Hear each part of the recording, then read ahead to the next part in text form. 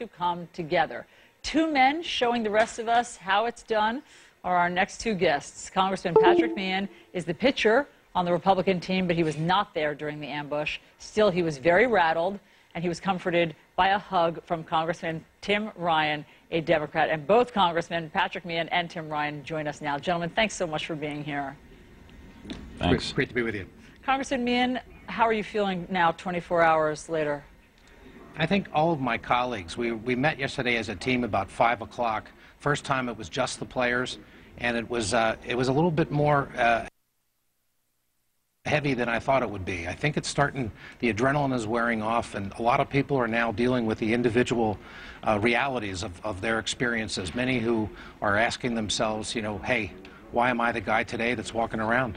Yeah, that's a completely natural feeling, that, you know, so-called survivor's guilt, where you do a lot of soul searching, you know, about that. Congressman Ryan, what was it like for you to see your colleagues, and in particular Congressman Meehan, so upset yesterday?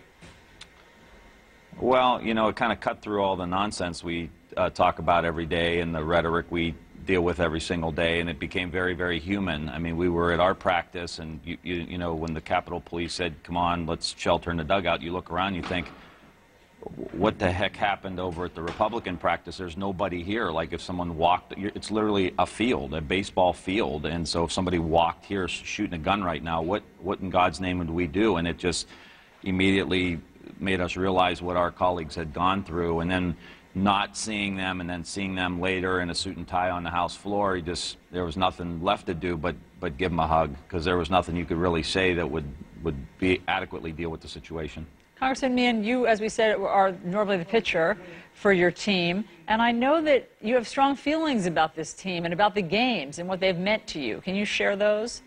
Well, first off, it's an opportunity for us to do something different from what we do in our normal routine, the pressures of the job. You get to know your own members better, people that you may not serve in the same committee, and then you get to know your colleagues from the other side of the aisle. Tim and I have a long-standing joke going on about a curveball I got him on one time, but this has been 6 years now, and he's still living with this. So, this is the problem. But it's the kind of thing that gives us something in common. Congressman Ryan, can you ever let that go? You know, I couldn't figure out how this guy with white hair threw a curveball and struck me out in front of 5,000 people, and I still wake up in the middle of the night thinking about it. But we got another game tonight, so that's gotta hurt. Yeah, it hurts. That's gotta hurt. You're right. So, Congressman Ryan, I mean, what does it mean when you offering just a human hug to one of your colleagues after this horrible situation makes news? Well, I think it's a sign of the times for sure, because, you know, I don't want to, you know, this isn't exactly breaking news, or maybe it is, that, you know, I like Congressman Meehan. I think he's a great guy. I enjoy being with him. There's a lot of other Republicans here who I like. I have Republican friends. We may disagree on issues, but that doesn't mean we can't play baseball together, go to church together, have a beer together. These things are all pretty normal, and there's a lot of Republicans in the House of Representatives that I like. And we're both Irish too, so I think we're okay having a little dust up over an issue, and then, you know, figuring out how to resolve it, and then, you know, go out and play some baseball together. I mean, to me, that's how I grew up, with Republicans in my family, Republicans in my neighborhood, my friends, my colleagues, people I went to school with, my teachers, and I know Pat feels the same way, that, you know, that's okay.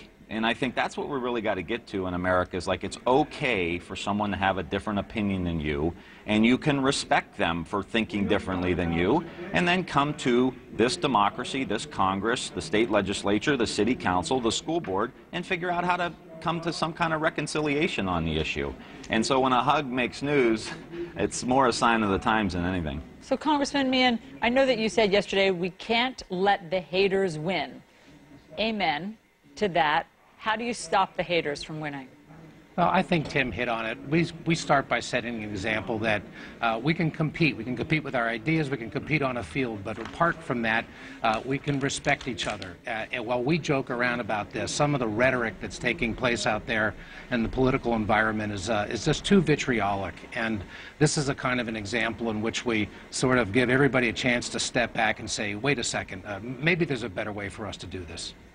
Well, Congressman, thank you very much for all of those words. They're really heartening for people to hear. And I won't force you to do an awkward bro hug here on the air. I will. Listen, don't Hug it worry, out, you guys. can Hug watch it him out. tonight.